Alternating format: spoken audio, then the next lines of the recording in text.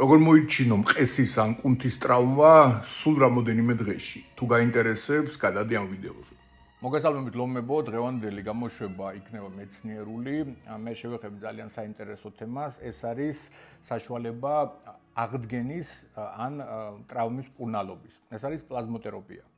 რა არის პლაზმა? პლაზმა არის სისხლის ნაწილი, რომელიც შეიცავს დიდი რაოდენობით ტრომბოციტებს. პლაზმის დანიშნულება სხეულში ეს არის ქსოვილების, მყესების და ნებისმიერი ტრავმის აღდგენა. აი დავუშვათ თქვენ რო გაიჭრით თითს, ორგანიზმი დამოუკიდებლად გამოყოფს პლაზმას, რომ შეხორცდეს კანი.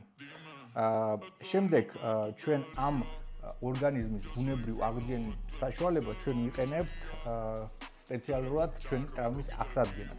ეს არის საუბარი სახსრებზე, კუნთის გაწყვეტილობა, მცირე დაზიანება, ასევე არის საუბარი მყესების ანთებაზე ან მყესების ტრავმაზე, რაც ძალიან ხშირი არის და ძირითადად კოლაგენის ყიდვის იქეთ ვერავინ ვერ მიდის, ანუ არ იციან როგორ უნდა იმკურნალონ. რა არის პლაზმა თერაპია და როგორ გამოიყურება.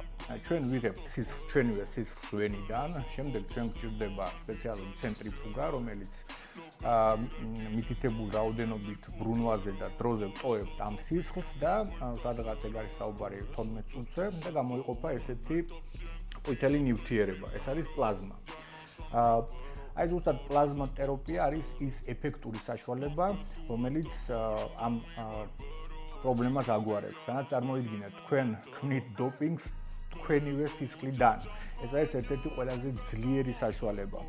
როგორ მუშაობს ეს ყველაფერი? ანუ, როდესაც ტრომბოციტები გამოიყოფა, ბუნებრივად როგორ ხდება, ისინი მიდიან ქსოვილის დაზიანების ადგილზე.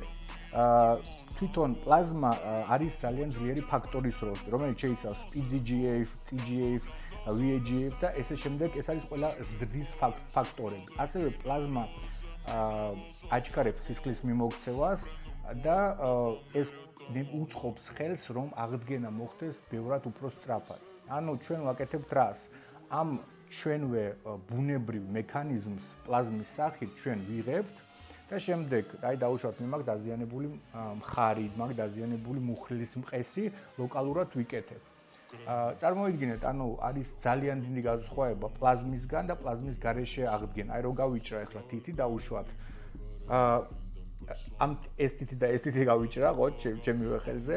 აქ თუ დავამატებ პლაზმას, ხო, ეგ უბრალოდ მაგალითს ვამბობ რაღაც მარტივს. ეს შეხორცდება 3-ჯერ უფრო სწრაფად, ვიდრე ეს.